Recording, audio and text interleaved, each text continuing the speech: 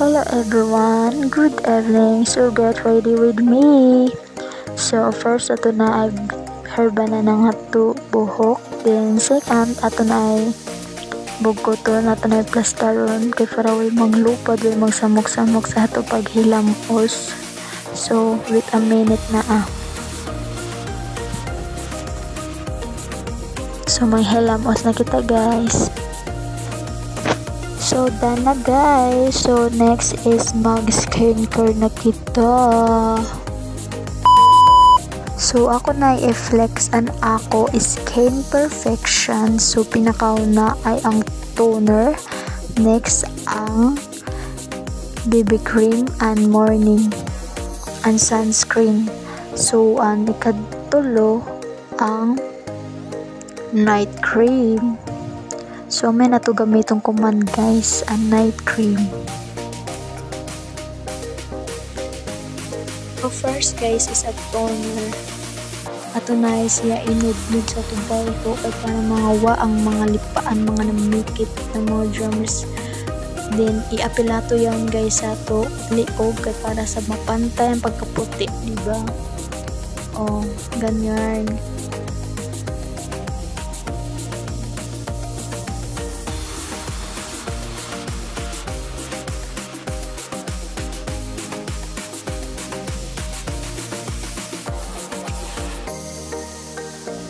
Oh, damoy mga lipa guys, yung mikit sa bayho. Tanawa ko man na kukutong damoy lipa. Di lang makita kay against the light.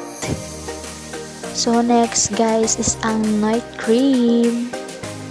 Basta din nato kalimtan ni apil nato liog para mapantay ang pagkaputi sa bayho o sa liog.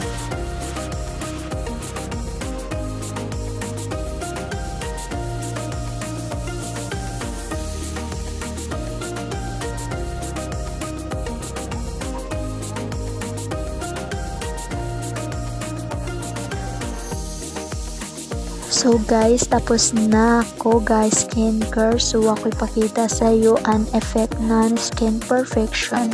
So sa bago ko pa nagamit ng skin perfection guys, pinakauna pa yaon grabe ka hapdos. Then mga after mga 7 days ma-okay na yung face guys, dili na hapdos, okay na. Then inana na din ang iya result guys. Grabe na ka glass skin. Then dapat tanaw na niyo, basaw na niyo ang rule ng paggamit yan sa likod.